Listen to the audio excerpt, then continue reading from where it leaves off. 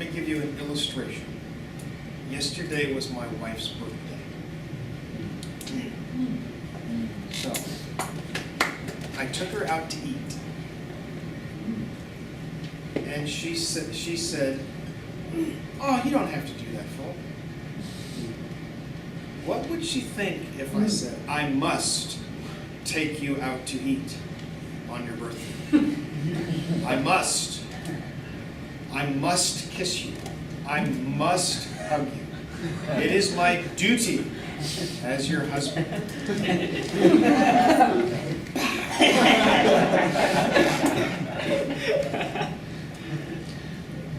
Now, if I say to her, "It's my pleasure to take you out to eat," is she going to say, "Why, you selfish thing, you? All you ever think about is your pleasure. You just want to please yourself. That's why you're taking me out to eat, because it pleases you." No, she's not going to say that. Why not? Why not? Because if I find pleasure in doing for her, then I'm honoring her. I'm valuing her. Right? So, I would say to these people, must you? No, you get to. This is a privilege. It's your pleasure to give back to God who's given you all these things. And if it comes down to the question of must I, we've lost sight of our relationship with God. He's not just a lawgiver. He is my lover. Loving father, loving husband who embraces me. So we misrepresent God when we just view his commands as obligations rather than opportunities. That's good preaching. Amen. You can preach that. Amen. Commands are not just obligations, they're opportunities to express our love to God.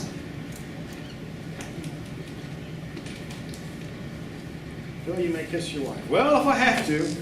Well, you gotta kiss her. What you gotta do.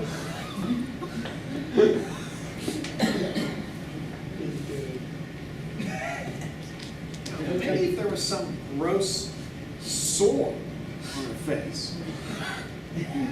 Is that the way we view God? God is this gross, abhorrent, nauseating person, and we just kind of have to force ourselves to do these things. So, let's say that your church has a benevolence fund, and they've got guidelines to make sure it doesn't wind up buying crack or booze or something like that. I would encourage the use of benevolence fund, but I wouldn't discourage somebody saying, "This guy's out of gas and he's asking me if I'd take him to the gas station and fill up his gas tank. He needs groceries." A fellow walked onto my front lawn and said, "You have any work around here I can do? I need food for my family, but I'm happy to work for you." I said, "What you need?" He said, "Well, I need groceries." I said, "Hop in the car. Let's go to Kroger. I'll buy you groceries." I loaded him up. I walked with him down the aisle, so he wasn't throwing in ice cream and cookies and candy and pop, right? He's getting... So, yeah. Okay. And I go back and mark that tithes on my register. Sometimes I mark it offering, so I have both charitable contributions and tithes. I've already paid my tithe. It's an offering. In Matthew 23:23,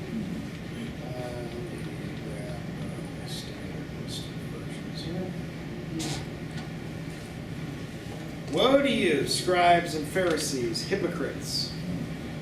For you tithe mint, dill, and cumin, and have neglected the weightier provisions of the law: justice, mercy, faithfulness." Period. Is that the end of the sentence? No, he says, These are the things you should have done without neglecting the others. So they tithed their garden herbs. So they were tithing garden herbs. They were neglecting these things. He says, these you ought to have done. You should tithe your garden herbs and not leave these undone. It's not either or, it's both. Now, let's not miss this phrase right here, the weightier provisions of the law. So that tells me that some commands on the scale of divine justice are more weighty than others. Okay? Justice weighs more than tithing.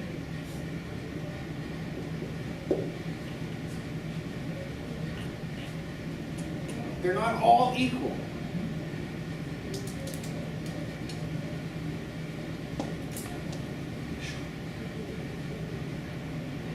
For some people, that's a novel idea. I thought you got to do everything God says. Well, you do have to do everything God says. But not everything God says is as important as everything else He says. Otherwise, Jesus couldn't say the greatest commandment is to love God with all your heart. So there's the weightiest. Everything else is going to be lighter than loving God. The second most weighty, love your neighbor as yourself. What's the third one? I don't know what the third most weighty is. The Bible doesn't say. But right up in there would be justice, mercy, faithfulness. Those would be heavy.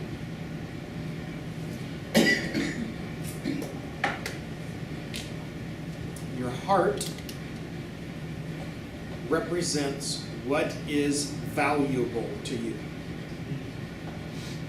So in the song we sang, heart of my own heart, whatever befall, be thou my vision, O ruler of all. The heart of my heart, the most valuable part of what I value is God. So our heart represents our values, and whatever you value is treasure. Some people's treasure is gold and silver. Other people's treasure is license plates. They collect them. And they got a whole wall full of license plates. Other people's treasure is trophies. I know one guy, he had 21 cars. 21 car garage. Maserati, BMW. Here were his treasure. And what did he want to do? He wanted to show people his treasure. That's where his heart was. That's what he valued. He valued cars. And Jesus says, what I want you to value is heaven. Me, God. Good.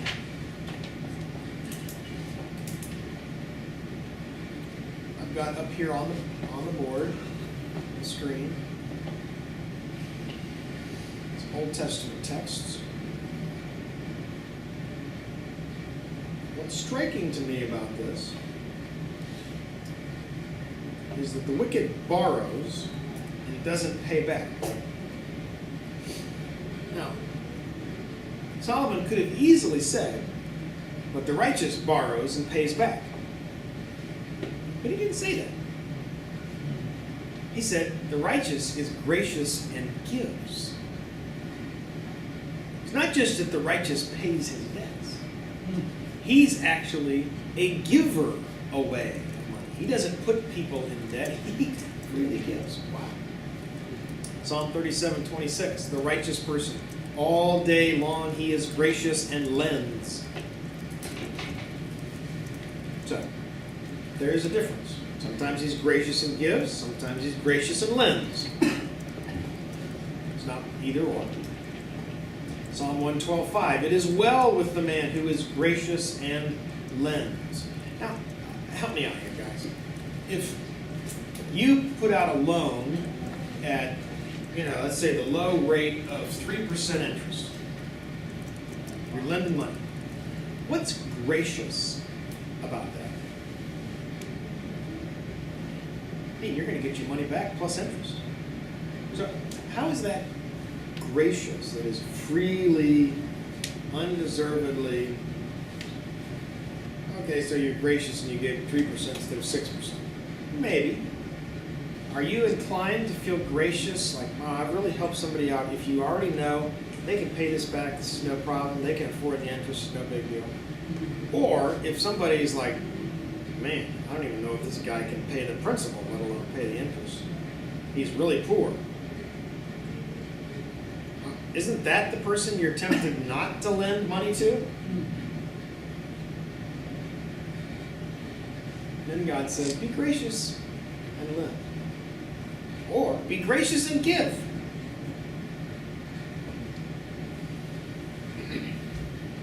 Look, you and I are tapped in to an unlimited source of wealth. God has no limits.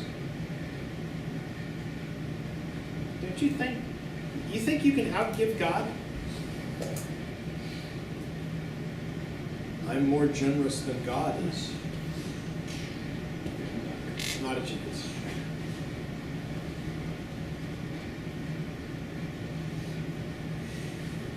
Here's Matthew 5. Sometimes Jesus says things that I don't like. Oh. Give to him who asks of you, and do not turn away from him who wants to borrow. Luke 6:30. Give to everyone who asks of you. Whoever takes away what is yours, don't demand it back. Hey, that's mine.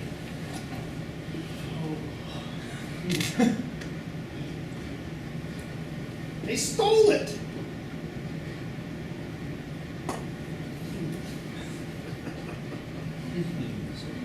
Jesus? You're saying we're supposed to be okay with people who steal our stuff?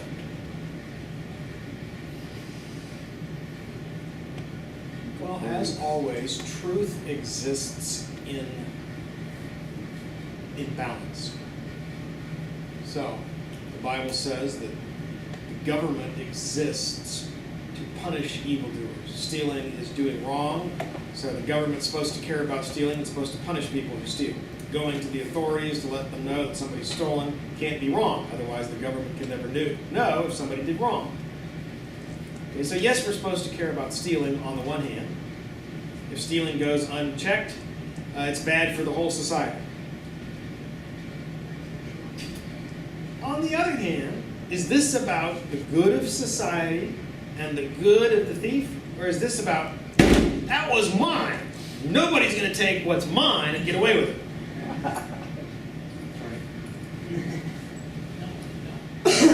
There is a difference. Yeah? And Jesus says, oh, you're concerned about your stuff? Well, hey, who gave it to you in the first place? I did. Who let it be taken away? I did.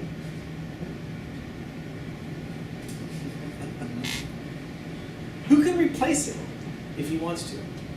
I can. Now, you get your heart right with me. Be open-handed rather than tight-fisted. Open-handed. Now we'll go tell the authorities about this. And if it gets recovered, that's good. If it doesn't get recovered, that's good because you trust me. This is about you trusting me and being okay and loving other people. This is not about claiming your rights and demanding.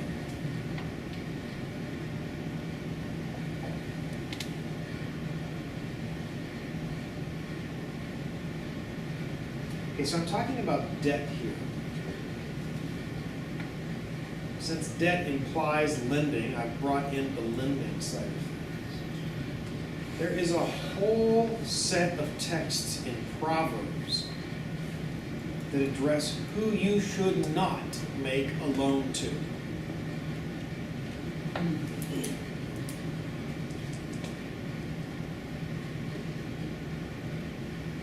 In fact, Proverbs chapter 6, let's take a look there. Proverbs chapter 6, verse 1. My son, if you have become surety for your neighbor. Right. So, does anybody know what surety is? Security. Yeah. What is security? Alarm system. Okay, so it's like this. Jeffrey walks into my bank and he says, "Mr. Banker, I'd like to borrow $10,000. And I say, "Okay, Jeffrey. How do I know that you will be able to pay me back $10,000? Because I don't like to give money to people who aren't going to pay me back," says Mr. Banker. So Jeffrey says, "Well, my friend Logan here has a business, and that business is worth $100,000, and he's agreed to be surety for me, so that if I default on my loan, you can go to Logan and take the money from him. Or you come into the car dealership, and you're 17, and the car dealership says, well, I can't give a loan to somebody who's 17. I have to have somebody over 18 who will be surety for the loan, who will provide security for the loan." And you say, well, my mom and dad are going to be co-signing on the loan, which means if I don't pay it, you can go possess their house. You can go impound their car. You can take the bed right out from under them if you need to get your money. All right, so here's what Solomon says. "My son, if you become surety for your neighbor and given a pledge for a stranger." Why would you give a pledge for a stranger? Well, in the ancient world, you come into a new city, a new town, you need money to start a farm, you're going to buy your equipment, you're going to start up a life, somebody's going to have to front you the loan, and you look at an upstanding citizen there and say, well, you look like a fine upstanding citizen. Would you be a security for me for this loan? Don't worry about it, I can pay it back, got the resources, got the capacity. Here's what Solomon says. "If you've been snared with the words of your mouth and been caught with the words of your mouth, do this, my son, and deliver yourself. Since you have come into the hand of your neighbor, go, humble yourself, importune your neighbor. Give no sleep to your eyes, nor slumber to your eyelids. Deliver yourself like a gazelle trying to get away from a lion, and like a bird trying to get away from the fowler." In other words, Solomon thinks it's not wise to be security for somebody else's loan.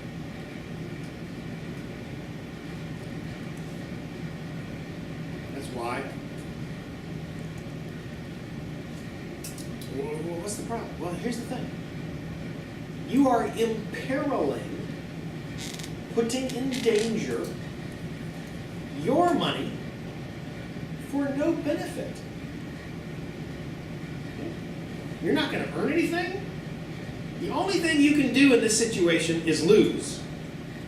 Lose or nothing. Is that good? Is that a good deal? You can either get nothing or lose. Well, that's a bad deal.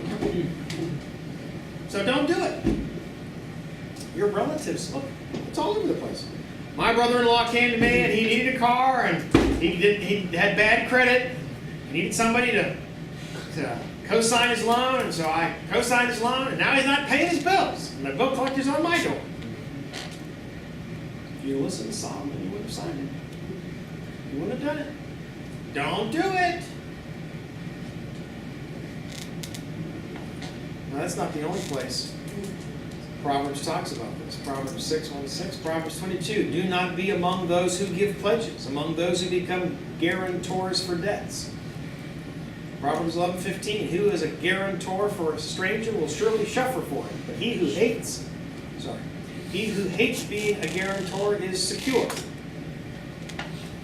A man lacking in sense pledges and becomes a guarantor in the presence of his neighbor. Take his garment when he becomes surety for a stranger. And for foreigners, hold him in pledge. What? This is a guy who's going to guarantee somebody else's loan? You better take collateral from him. Maybe he's going to skip town. You better take something that's valuable he's going to want to come back for. So why do we take pledges in church? All right, that's a different sense of the word pledge. The word pledge there means, I promise to give such and such amount of money, the Lord being my helper. This is, I promise to pay his debt if he can't pay it. An adulterous woman.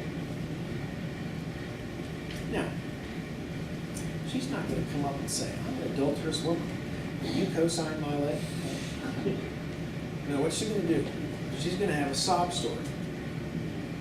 How things went south. She doesn't have a job.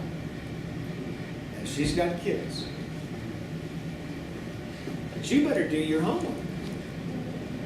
Find out if she's unfaithful to her spouse.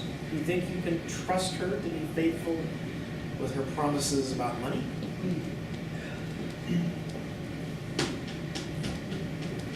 Don't do it. Oh, but that's cruel. That's not cruel. Yeah, that's exactly right. It's judging. The Bible says don't judge.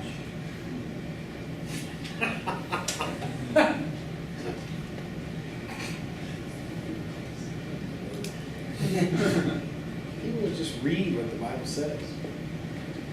Don't give what is holy to the dogs, or cast your pearls before swine. That kind of sounds like judging me. I think they're swine. I guess I'll throw a pearl before them. That's judging. Jesus didn't mean don't judge when he said don't judge. What did he mean? Well, he meant don't go helping your neighbor get a speck out of his eye without first examining yourself. Because that's how he explains what he means. Judge not that you be not judged, for with what judgment you judge it shall be, you shall be judged, and with what measure you meet it shall be measured to you again. You see a mote in your brother's eye, and a beam in your own eye, get the beam out of your eye first. We're supposed to judge, but we always examine ourselves before we go judging. Oh, that's good preaching. So, what should I think about debt? Well, in general, I should think, avoid it if at all possible. But I can't buy a house for $180,000 on cash, because I don't have $180,000. So that's where I'm going to be in debt, but I want to be smart about my debt. I want to get the lowest interest rate I can. I never want to do a balloon payment where it's all going to come due in one big lump sum. That's likely to kill you. And I want to make sure that my budget will permit this amount of outgo. Is there enough income to cover the outgo? Now, let's take a look at a debt reduction calculator.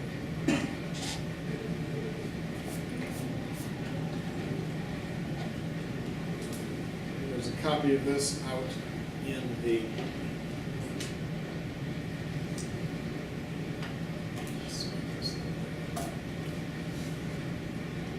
So here is the debt reduction calculator. Let's have a house loan, mortgage, that's what it's called, mortgage. Balance, $120,000. The rate, let's say you got a super good rate, 4.25%. Okay. And a 30-year mortgage. What's your payment? Well, let's just say that your payment's $280. It's too much. It's the red amount. which means I can't afford it. I'm going to have to make my monthly payment, it's too low. You can't pay $510 on $300. All right, so we'll pay $520. We're going to add $10 to our monthly payment. So my initial snowball is $10.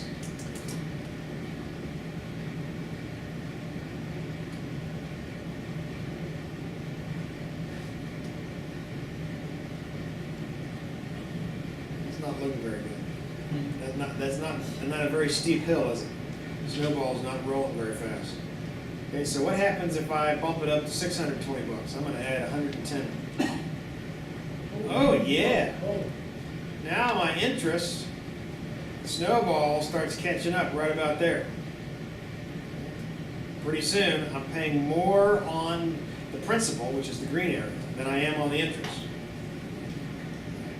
If I could add $150 to my monthly payment, that'd be $660.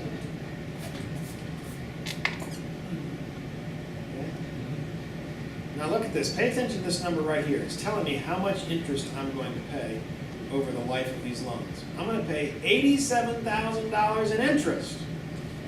All right? Man, how much a month do I have to pay to knock that down? Well, just by paying $140 more, that knocks off $27,000 in interest. Okay, that's the beauty of the snowball. The more you pay at the principal up front, the less you pay in interest over the long haul. And the point is that you can pay off, see, here's what's happening. First you pay off the card in 10 months, then you pay off the auto loan in 15 months, then you only have 235 months left to pay on the mortgage. Okay? That's less than 30 years. So you're actually paying it off before your 30 years are up. 30 years would be 30 times 12 would be 360 months. So by adding $290 to your monthly payment, what if we doubled the monthly payment? My mom did that to pay off their house. She doubled the monthly payment. Wow, that cuts the interest down from $87,000 to $41,000. You're paying principal. You're paying over the principal right from the very beginning. I mean, it's just knocking the interest down really fast. It only takes 165 months to get that knocked out. That's amazing. Now let's say that you pay just exactly what you guys pay. No snowball. Whew. It's so bad that they can't even calculate how much interest. I'm joking. I got to add something for it to work. Let's do $1 over. That doesn't help. Come on, help me out, guys. Give me a. How much do I have to do for you to calculate it?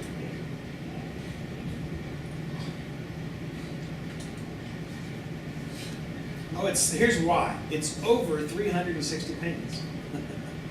Let's see if I get it over 580. It's still over.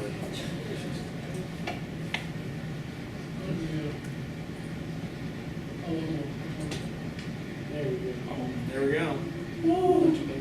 Now let's walk it down. 640, 94,000.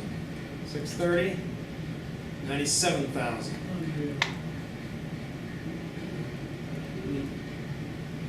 So here's the thing, guys. Number one, you should never have debt on a credit card. Never have a credit card debt. If you can't afford it, don't buy it. If you can't pay it off in 30 days, don't buy it. 13% is low. Most credit cards are 18 to 23% interest. And they eat you alive. Auto loan, that's a terrible. I can't imagine taking out a loan for a 9% interest. That's just, whew. They're thanking you every day you make a payment. You're just giving us money free.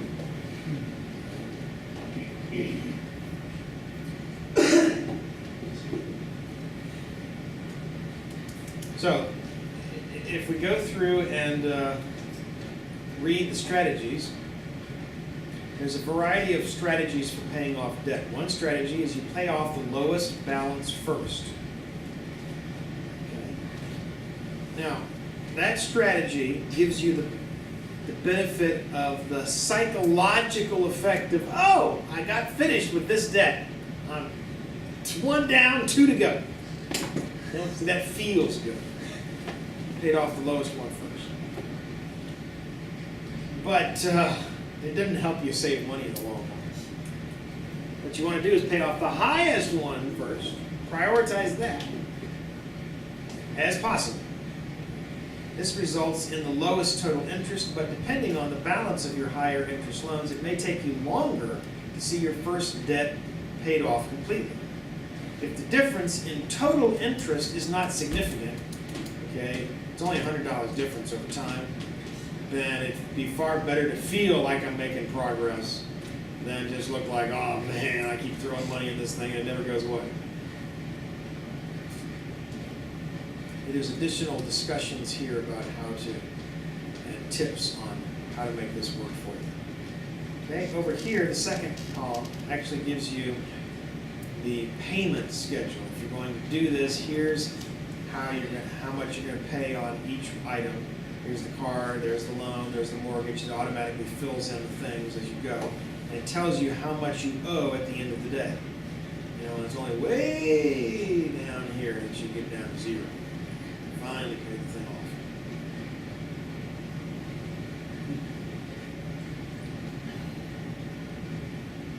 Now they call it snowflakes. These are the one-time extra payment that you're able to make above and beyond. You know, you got a bonus right here on April that you didn't expect, $1,500.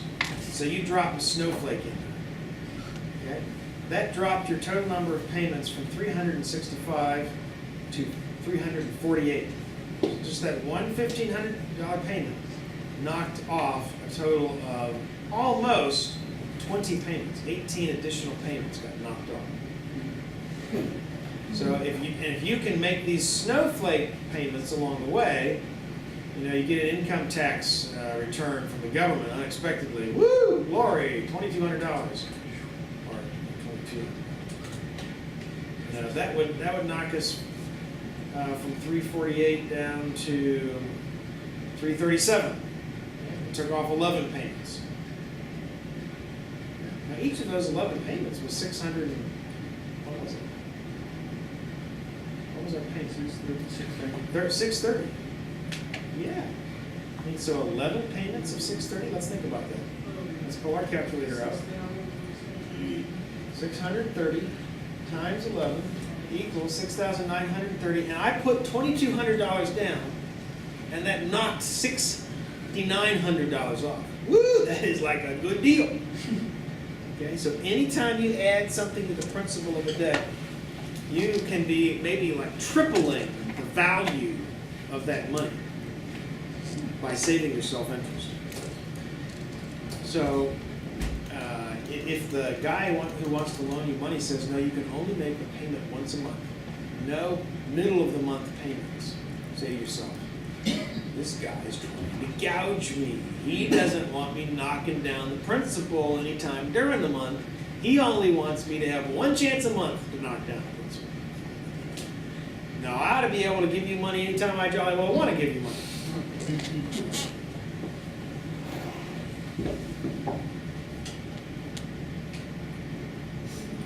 Questions?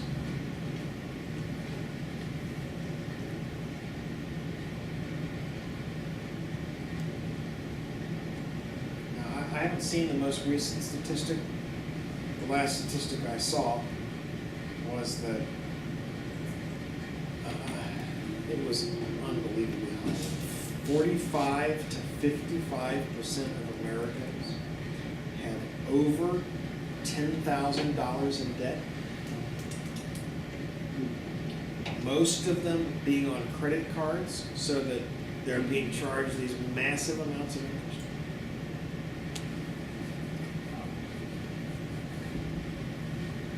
Don't do it.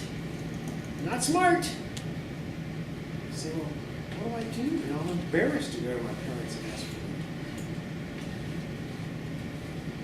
it. Step number one. Live within your means. Step number 2. Live less than your means.